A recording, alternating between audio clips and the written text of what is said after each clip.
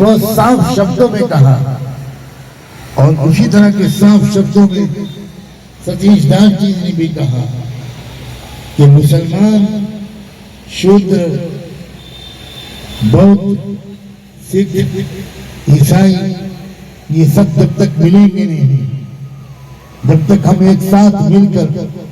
संविधान को बचाने, संविधान की आत्मा को बचाने, उसके लिए संघर्ष नहीं करेंगे, तब तक हम सफल नहीं हो पाएंगे। मुझे भविष्य अच्छा नजर आता है।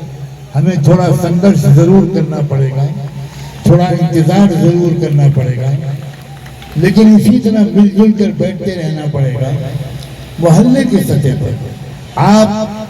अपने इलाके के ओबीसी के पास जाइए, मुसलमानों से कह रहा हूं, दलित भाइयों के पास जाइए,